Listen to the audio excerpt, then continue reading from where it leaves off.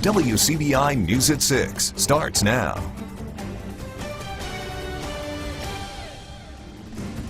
Good evening, everyone. Former Columbus School Superintendent Philip Hickman is appealing his firing to the board that canned him. Testimony starts today, and Hickman claims the board's reasoning lacks sufficient evidence. Our Parker King spent the entire day at the hearing and joins us live with more. Parker? Joe, you're not lying. It was literally all day. We got here 8 in the morning and didn't leave till about 4 in the afternoon. A long examination for witnesses on both sides for the board of the Columbus Municipal School District and the side of Philip Hickman. Hickman trying to prove that the board had insufficient evidence to fire him in the first place. Now, what we have now is only about the testimonies from about 4 of the rumored 7 to 9 witnesses, all of whom so far have been either current or former board members siding with or against Hickman and the firing that happened a few weeks ago. Coming up tomorrow, we're going to be here for the continuation of the meeting. We're going to hear from the rest of the witnesses and see if we can come to some sort of a conclusion if this will go to court and if the board actually had enough evidence or not to fire Hickman. Now, even if Hickman does have enough evidence, he's still going to lose his job as his contract does expire in June. Again, we'll have more as the story envelops, but until now, live outside of the Columbus Municipal School District building, Parker King, WCBI News. The 2% restaurant tax in Columbus and Lowndes County will expire July 1st, resulting in a nearly $2 million loss. Controversy swirled over the proposal sent in by the city and county that would allow the tax to be collected from any business that served food. However, State House members Jeff Smith and Gary Chisholm say the proposal should have included a $325,000 sales minimum, which had been in place for over 3 decades. Smith says this decision isn't anything new and that lawmakers told the city and county that they need to include a floor in their proposal in order for it to pass. We've talked with MDA. If there's any short-term funding needed, I think we can find that money. I just don't want people to panic. I don't want people to listen to the rhetoric and wring their hands. This is not the end of the world. We're going to come back and be able to repair this, but we told everyone as a legislature the threshold had to be in the bill. We sent it to the Senate in the bill, and it was not passed through the Senate.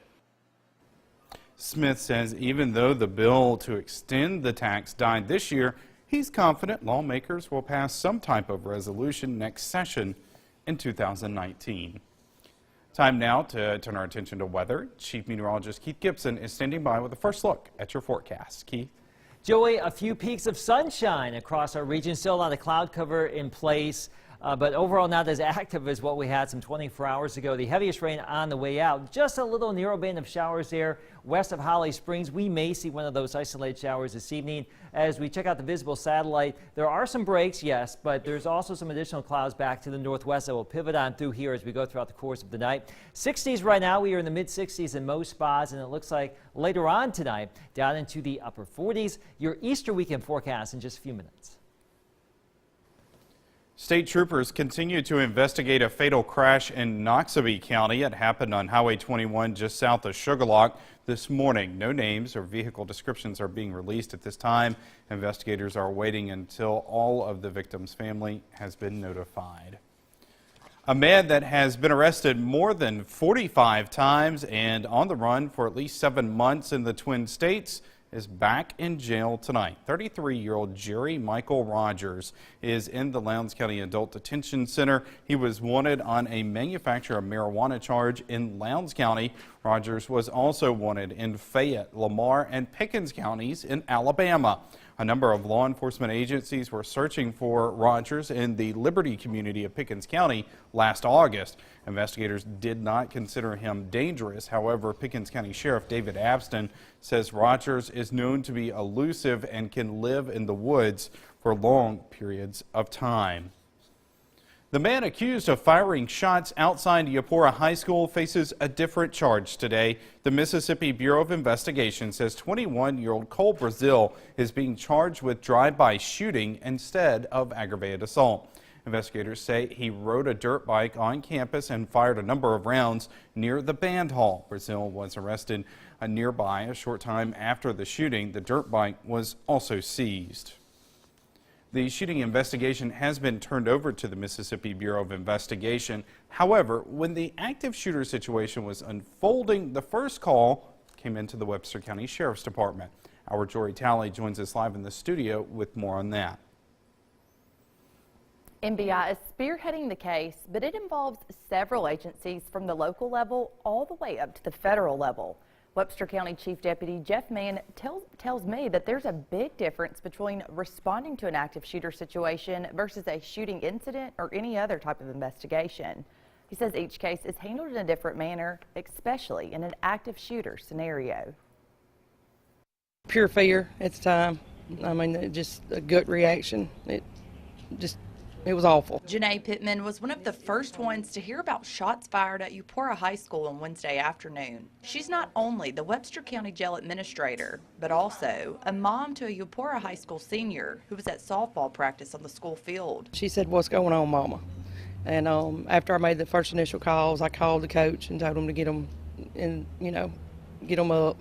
And we were just we didn't exactly know what was going on at that such a short period of time. We were still gathering information. This is the path the alleged shooter took on his dirt bike Wednesday afternoon to gain access to Eupora High School. Webster County Chief Deputy Jeff Mann says within 1 to 2 minutes, about 5 officers were on scene. We were running around trying to find the suspect and things of that nature, and by the time I get back, Highway Patrol had arrived, and I mean, it's great to see a sea of blue lights when you turn the corner and know that all these agencies are coming. Mann says students were funneled to the opposite side of the school as the situation was unfolding. During these scenarios, law enforcement have to keep everybody away from the scene, even parents. However, Mann was an exception. Although his daughter was taking cover inside the school, he had a job to do. Emotions run wild, with myself and everybody else when something like this happens. So you've just got to be able to direct them in a calm manner to let them know everybody's safe and then how to handle it and where to go. And so we make sure all the kids get home to their parents and we don't leave one behind somewhere when everything gets crazy. Both of these parents and Sheriff's Department employees say the school and law enforcement did what they were supposed to do and handled it the right way. Pittman says she thanks God the situation turned out like it did. As a community, we see it on TV so much now, and it's become such a norm. Until it hits home, you don't realize it makes you have another respect for the parents that have went through this and the schools that have went through this. Eupora High School Principal Lacey Knight told WCBI earlier today that all buildings on the Eupora School campus were on lockdown within 1 minute yesterday afternoon. Getting to the NCAA Final Four takes team effort on the court and off. When we come back, we go to Ohio to meet a member of the courtside team. You're watching WCBI's News at 6 with Joey Barnes. Welcome back, everyone. Getting to the top takes a team effort. The number 2 in charge of the Lady Bulldogs takes that responsibility seriously. Our Andrea Self talks to assistant coach Johnny Harris just after the team's practice this morning in Columbus, Ohio. Andrea joins us live with more on that conversation. Andrea. Joey, Johnny Harris truly is Coach Vic Schaefer's right-hand woman. We often see her courtside trying to keep Coach calm down. Other times you see her giving counsel to the players there courtside. She told me today during our conversation that helping young people succeed has always been her passion. And she also says that as assistant coach of this team, helping these young ladies sometimes means giving them a little bit of tough love, like, they may get at home from mom. And a lot of people say a mother figure away.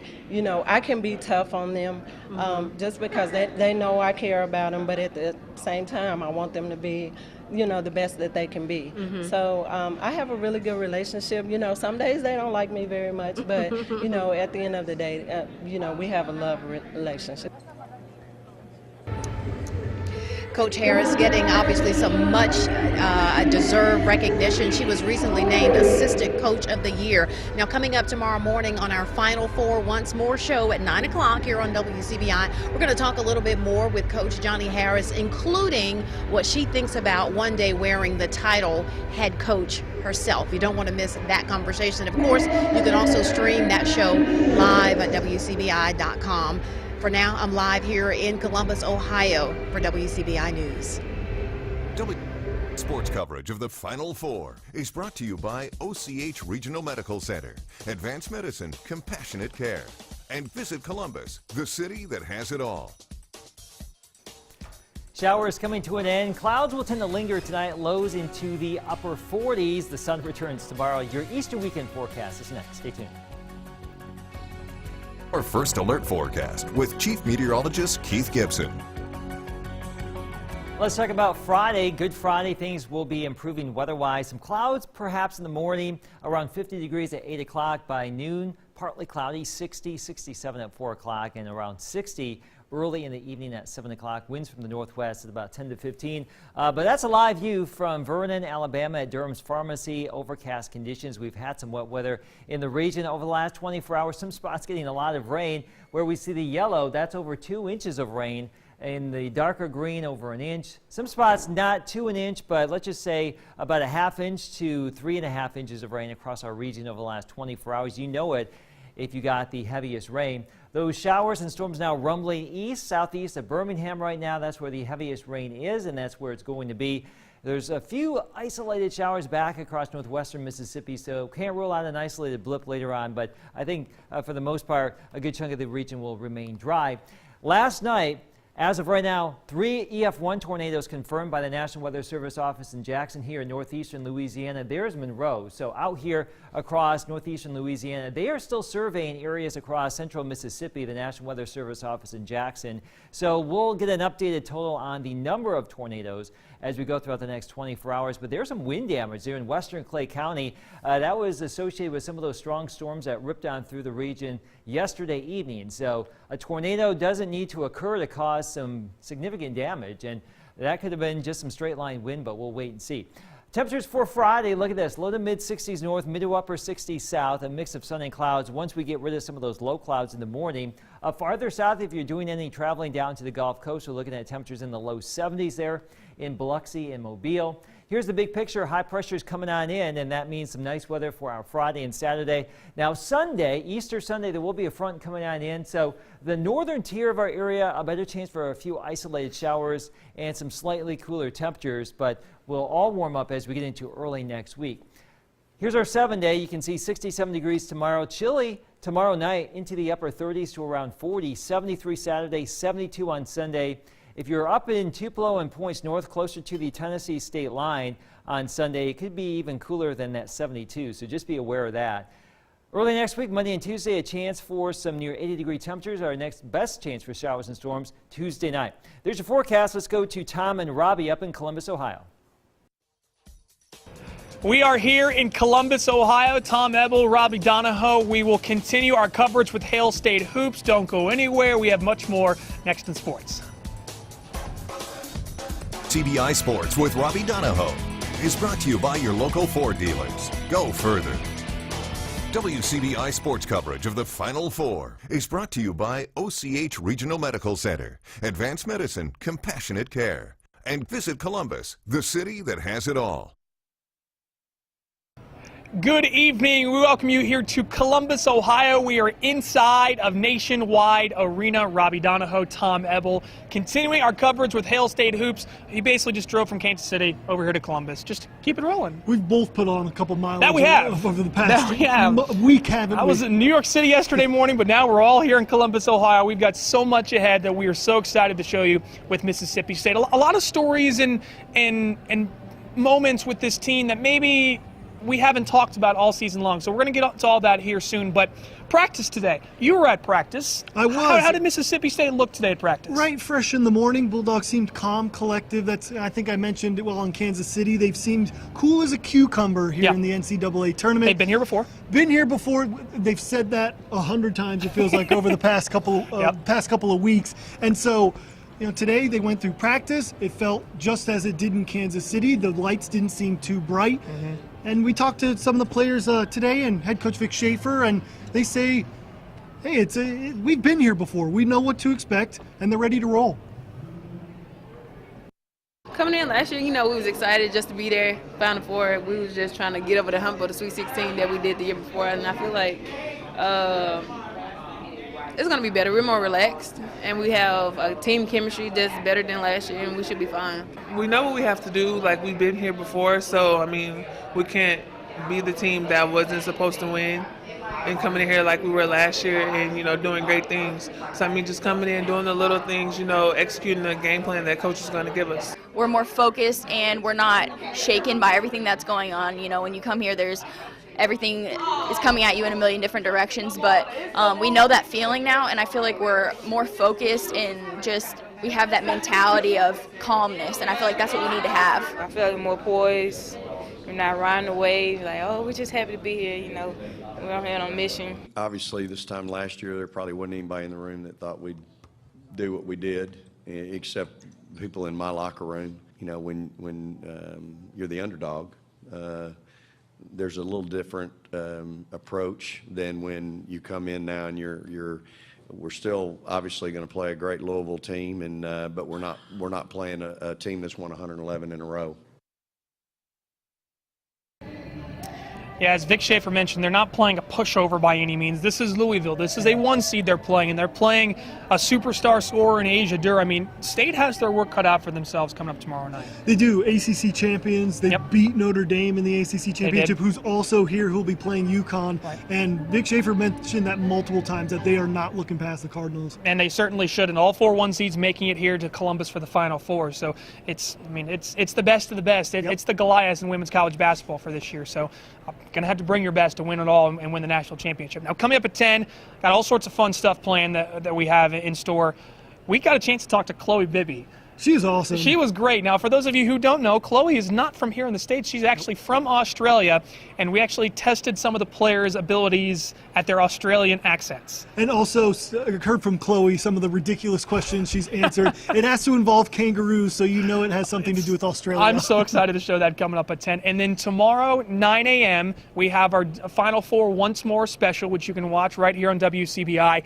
And then tomorrow as well, your one-on-one with Vic Schaefer and Blair Schaefer. I called them the most dynamic father and daughter duo in NCAA women's hoops. We talked everything but Louisville in the Final Four, and we talked about it's gonna be great. We talked about being father and daughter on the biggest stage in women's hoops. It's gonna be awesome. We have so much planned for you. We're only just hitting the tip of the iceberg. We'll have much more from here in Columbus, Ohio, coming up tonight at 10 and tomorrow on WCBI Sports. For now, reporting live here in Columbus, Tom Edel and Robbie Donahoe for WCBI Sports. We'll get a last look at your forecast when we return. Easter weekend is upon us, and things will turn quiet. That's the way we like it. I know. So the sun will return on Friday, a little bit warmer Saturday and Sunday. Looking forward to that sunshine. Yes. What is the sun? All right, thanks, Keith. Thanks for joining us, everybody. Have a good night.